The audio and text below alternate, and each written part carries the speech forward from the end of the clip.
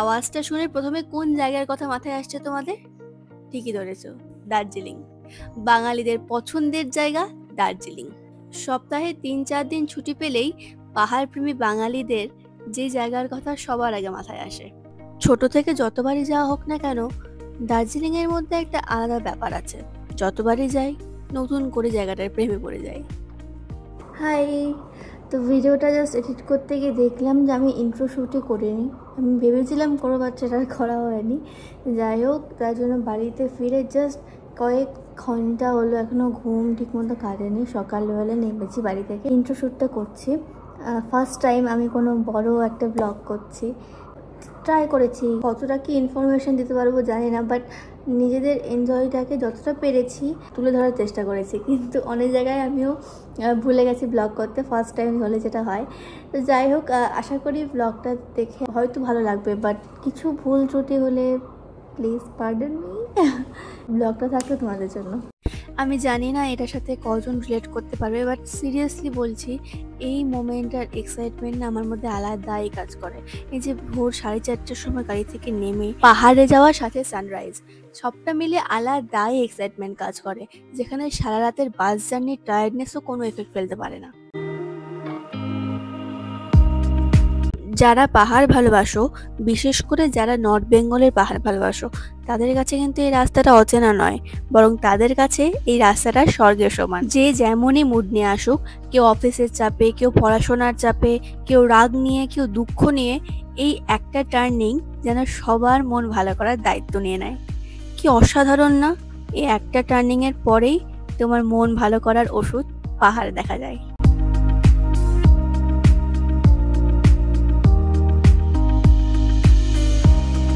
আগের দিন রাতে ওয়েদার রিপোর্টটা দেখেছিলাম, দেখাচ্ছিল দার্জিলিংয়ে বৃষ্টি হতে পারে। পাহাড়ে এখনো উঠেইনি, তাতেই এই অবস্থা। দেখা যাক কি হয়। দার্জিলিং পৌঁছানোর আগে এক জায়গায় দাঁড়ানো হলো ব্রেকফাস্টের জন্য, আর সেই জায়গা থেকে সানরাইজটা এত সুন্দর লাগছিল।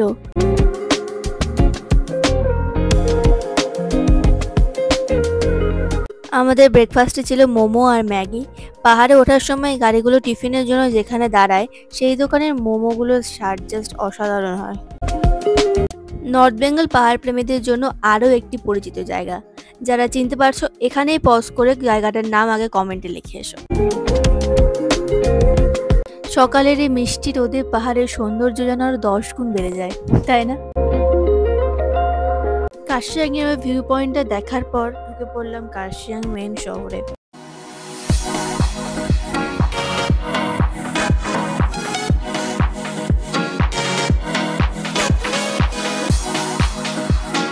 দেখতে দেখতে দার্জিলিং এর কাছে প্রায় চলেই এলাম। এবারে এখন আছি ঘুমে। ঘুমের স্টেশনটি তো তোমরা সকলেই চেনো।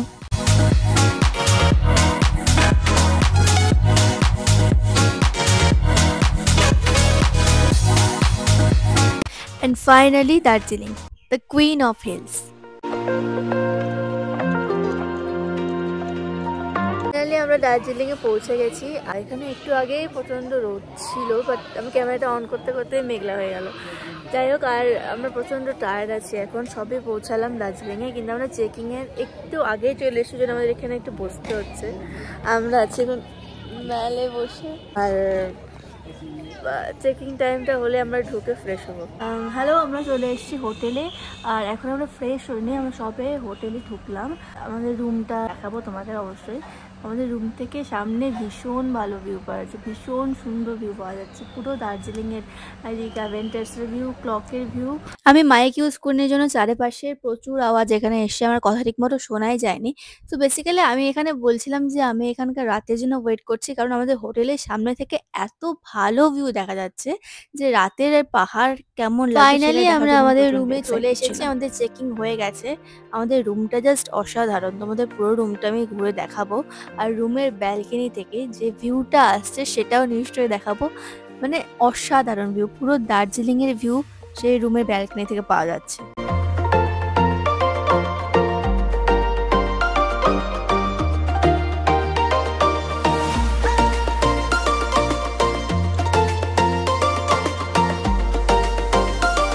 রুমের সাথে অ্যাটাচ একটা দরজা দিয়ে একদম ব্যালকনিতে যাওয়া যাচ্ছে। সে ব্যালকনি থেকে ভিউটা জাস্ট দেখো, পুরো দার্জিলিংয়ের ভিউ দেখা যাচ্ছে। ওখানে ক্যাভেন্টাস থেকে শুরু করে ভানুভক্ত ভবনের ভিউ আসছে, আর বাঁ দিকে আসছে সেই ক্লকের জাস্ট অপোজিটেই আমাদের হোটেলটা। হোটেলের ডিটেলস চাইলে তোমরা কমেন্টসে জানিও, আমি সেখানে হোটেলসের ডিটেলস দিয়ে দেবো।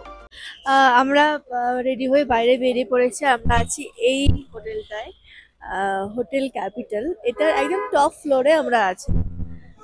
তো আমাদের এই হোটেলের পাশে বাস্কিন রবিন্স, ওইদিকে দেখাচ্ছে ল্যাভেন্ডার্স, আর আরেকটা ফেমাস রেস্টুরেন্ট যেটা সবাই হয়তো চেনে, কুঙ্গা রেস্টুরেন্ট আছে। আমরা এখন যাচ্ছি ওই ক্লকের ওখানে, একদম আমাদের হোটেলের পাশেই। হোটেল থেকে দেখা যায় যেটা। আমরা চলে এসেছি একদম ঘড়ির সামনে, আমি দেখাচ্ছি। এটা আমাদের পেছনে একদম ঘড়ি, আর সবাই মিলে এখানে এসছি। আর এটাই ঠিক এটা আমাদের হোটেল। ভীষণ সুন্দর একটা জায়গা এটা। এই হোটেলটা খুব ভালো একটা প্লেসে আছে। আছি আমরা ডোমিনোসে, তো আমরা লাঞ্চে কি খাবো তা ভেবে আমরা কিছু বুঝতে পারছি না, তাই আমরা এখন ডোমিনোসে ঢুকেছি। তো আমরা এখন পিৎজা খাবো। এই পিৎজা ইয়াম্মি ইয়াম্মি পিৎজা। ব্যাপারটা হচ্ছে আমরা লাঞ্চে কি খাবো বুঝতে পারছিলাম না। মানে আমরা ঠিক করেছিলাম যে এবারে আমরা দার্জিলিং এ ম্যালে যে সমস্ত খাবারের দোকানগুলো আছে সেগুলো এক একটা করে এক্সপ্লোর করার। তো আমরা ডোমিনোজে এসেছি, অনেক জায়গাতেই পাওয়া যায়, বাট এখানে এসেছি আমরা প্রথমে লাঞ্চে।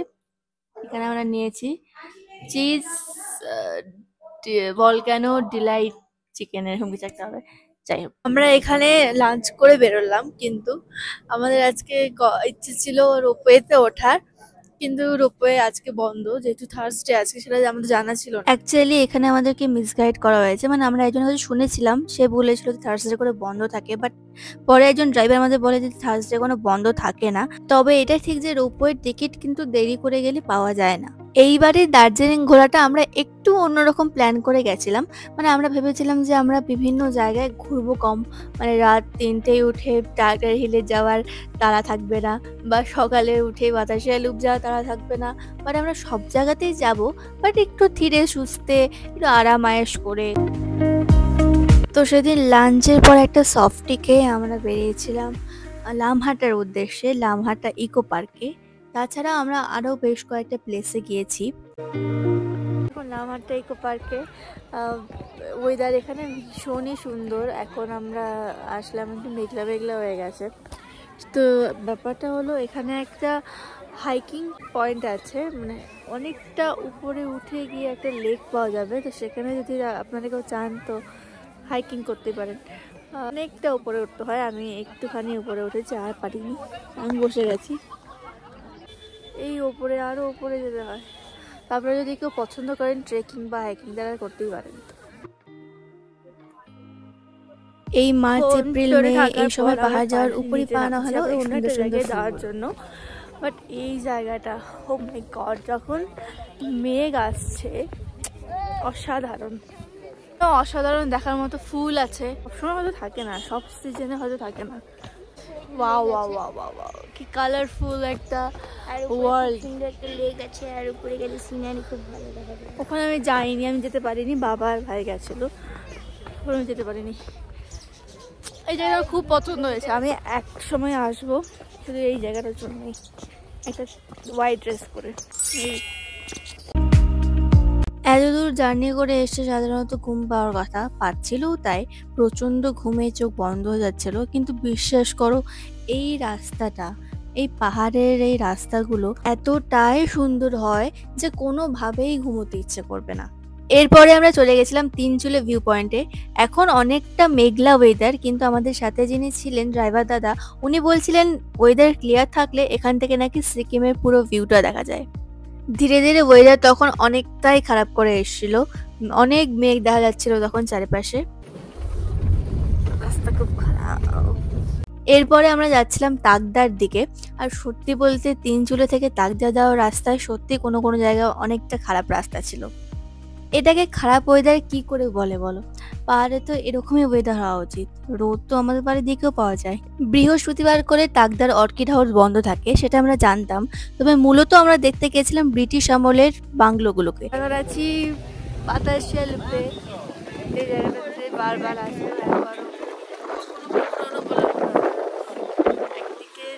প্রচন্ড, আর একদিকে হাওয়া, সব রকমের ওয়েদার আছে। একটু আগে পুরো মেঘের মধ্যে দিয়ে এলাম, এখন এই জায়গায় খুব রোদ, এক্ষুনি মেঘ হয়ে যাবে, রোদটা থেকে যাবে। এখানে টেলিস্কোপ গুলো দিয়ে দেখানো হচ্ছে পুরো দার্জিলিং এর ভিউটা দেখানো হচ্ছে। অনেক রকমের দার্জিলিং এ অনেক যেগুলো স্থাপত্য বা দেখার জায়গা আছে সেগুলো এখান থেকে দূরবীনের মাধ্যমে দেখানো হচ্ছে। অডিটোরিয়াম, ভানুভক্ত, আরো অনেক রকমের দেখানো হচ্ছে। তো তোমরা যদি কেউ দেখতে চাও এখান থেকে তো অবশ্যই দেখতে পারো। আর ওয়েদার এখানে ক্লিয়ার নেই আজকে, কিন্তু যদি ক্লিয়ার থাকতো তাহলে কাঞ্চনজঙ্ঘাও দেখা যেত, বাট আজকে ক্লিয়ার নেই, তাই কাঞ্চনজঙ্ঘাটা দেখা গেল না, বাদ বাকি সবগুলো এবার স্পষ্টই দেখা গেল।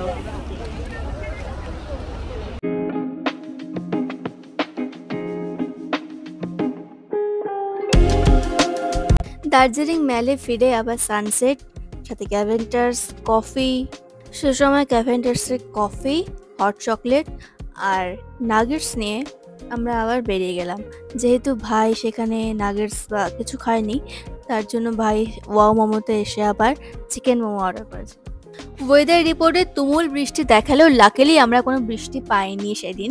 তবে রাত্রিবেলা কিন্তু প্রচন্ড ঠান্ডা হাওয়া দিচ্ছিল, এটা ঠিক। ম্যালের এই জায়গাটা দেখলেই জানি না কেন আমার মন একেবারে ফুরফুরে হয়ে যায়। মাঝে মাঝে কি করতে জানি না, আমি বানাতে ব্লগ শুরু করতেই ভুলে যাচ্ছি। আমরা বেশ কয়েকটা পয়েন্ট ভিজিট করেছি, আচ্ছা আমি রিল বানিয়েছি কিন্তু ব্লগ অনেক জায়গায় করতে ভুলে গেছি। তো যাই হোক, শেষ পর্যন্ত আমরা আবার দার্জিলিং এ চলে এসেছি। আমরা বিকাল নাগাদ দার্জিলিং এ এসেছিলাম, এসে ক্যাভেন্টার্সে আমরা কফি খেয়েছি, তারপরে এই রাত্রেবেলা ম্যালে এখানে বসে আছি। অসম্ভব জোরে হাওয়া দিচ্ছে, খুব ঠান্ডা, কিন্তু তা বাদেও যে বিউটি রাত্রেবেলা ম্যালের, সেটা আমি জানি না কতটা ক্যামেরায় ধরা পড়ছে, বাট অ্যাকচুয়ালি খুবই ভালো লাগছে। আর এত লোক, এতজন, আর এত সুন্দর লাগছে চারিদিকটা, এখান থেকে উঠে আর যেতে ইচ্ছা করছে না। হয়তো আমরা এখানে কিছুক্ষণ থাকবো, তারপরে আমরা আবার হোটেলে ফিরে যাবো। সারাদিন ধরে ঘুরে ঘুরে এসে সকালবেলা আমি ফ্রেশ হয়ে বেরিয়েছিলাম আসার পর, তারপর সারাদিন ধরে ঘুরে ফিরে আবার এখানে আসা, মানে সারাদিন চেঞ্জ করার সময় পাইনি। একদম নেমেই আমরা খেতে গেছিলাম, চেঞ্জ করার সময় হয়ে ওঠেনি, ওই জন্য একদম টায়ার্ড। তাও এই ম্যালের এই জায়গাটা যে এত ভালো লাগছে, একবারে আমরা হোটেলে যাবো, ঠিক আছে? যেহেতু ম্যালে আমরা অনেকক্ষণ বসেছিলাম, তাই বাবা আর ভাই গিয়ে মিয়া ওমরা থেকে চিকেন স্যান্ডউইচ নিয়ে এসেছিল।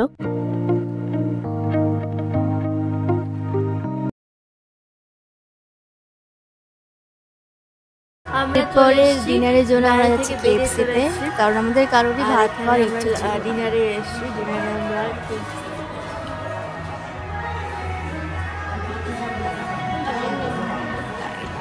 এটার পর আমরা হোটেলে ফিরবো। আবার আমরা চলে এসেছি আবার আমাদের হোটেলে ফিরে। আর তোমাদেরকে বলেছিলাম যে আমাদের রাতের বেলা হোটেলটা কিরকম দেখায়, আমাদের হোটেল থেকে পুরো দার্জিলিং এর ভিউটা সেটা তোমাদের দেখাবো।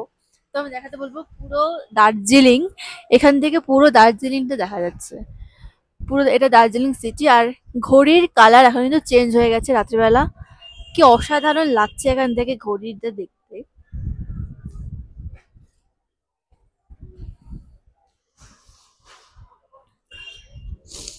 এখান থেকে পুরো ভিউ আসছে। আমি এই জিনিসটার জন্য অপেক্ষা করেছিলাম সকাল থেকে, সকালে জায়গাটা দেখি বুঝেছিলাম ভীষণ ভালো লাগবে দেখতে, আর সত্যিকার লাগছেও তাই। পুরো ম্যাল, এখান থেকে ম্যালের ভিউ আসছে, আর দূর দিয়ে পাহাড়ের গায়ে আলো জ্বলা, যেটা সব জায়গা থেকে দেখা যায়, এই জায়গায় আরো বেশি সুন্দর লাগছে, কারণ এখানে সিটি আলো প্লাস বাইরের দার্জিলিং এর বাইরে গ্রামের আলোগুলো পাওয়া যাচ্ছে। দার্জিলিং এর প্রথম দিনের ব্লগ ছিল এই অবধি। ডে 2 আসছে খুব তাড়াতাড়ি। তোমাদের কেমন লাগলো সেটা আমাকে অবশ্যই কমেন্টে জানিও, আর সাবস্ক্রাইব করো।